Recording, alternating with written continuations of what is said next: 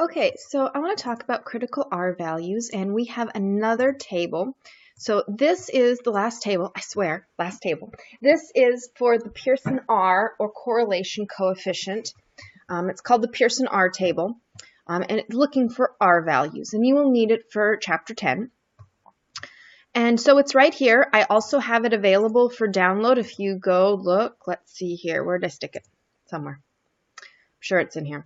I just come right here, test resources, and then if you, when I get it open, if you do all the tables, the last table in this is the same one. So if you want it printed out, that's fine too. We're going to need this here in a minute. I got too many screens up.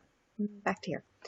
Okay, so this is told that sample of 18 women, so our N is 18, and they found a linear correlation coefficient to be, and I'm going to write this down because I'll forget in 20 seconds if I don't, helps if my pencil is not broken, 691. Is there sufficient evidence to support the claim that's a linear coefficient? So we're using an alpha 0.01, so we need to find our critical value. This is the same way we've been doing it in lots of other ones. So open up the chart. Your N, you don't have to worry about, this isn't degrees of freedom, it's just straight N. So right here's 18, there's 0.01. So our critical value is this plus or minus 0.590. Okay, so that's our critical value. And then, so absolute value of that, is that larger or less than the absolute value of what we just got? Well, it's greater than. So looking at our picture, the way it works is here's our thing. So in our case, it's negative 0.590 and positive 0.590. If our value is greater than the positive or less than the negative, so it's the absolute value idea, if it's more extreme, there's a correlation. If it falls here in the middle, so it's not either bigger than the positive or less than the negative, then there's no correlation. So that means that here, which this is greater, there is a correlation. I'm going to check the answer. And then let's look at this next one too.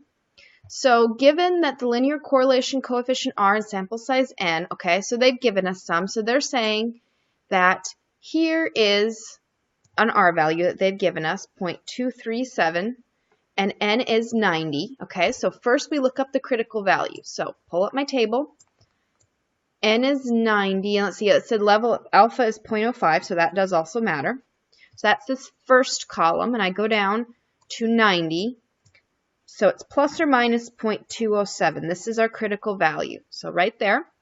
By the way, if say it was 89, you just go to the closest one. There's extrapolation. No, just go to the closest one. If it's 81, use the 80. 89, use the 90, so forth. If it's right dab in the middle, usually they half it. But, you know, I'm not going to be too picky about that. Okay? So right now, I know it is either A or C because I just figured that out. Then we look at this. Well, is that larger? Because this is a positive. Is a negative? I'd look at the negative. You know, you're looking at either end. Is this larger than positive 0.207? Well, yes, it is. So there is a linear coefficient. There is a linear correlation because our value was larger than the critical value. Now, this is a positive correlation because it's a positive. Had it been a negative, it would be a negative. So that's how you use this last table. It's actually probably one of the most straightforward of all of them, and it's the smallest. It's nice, right? Good way to end.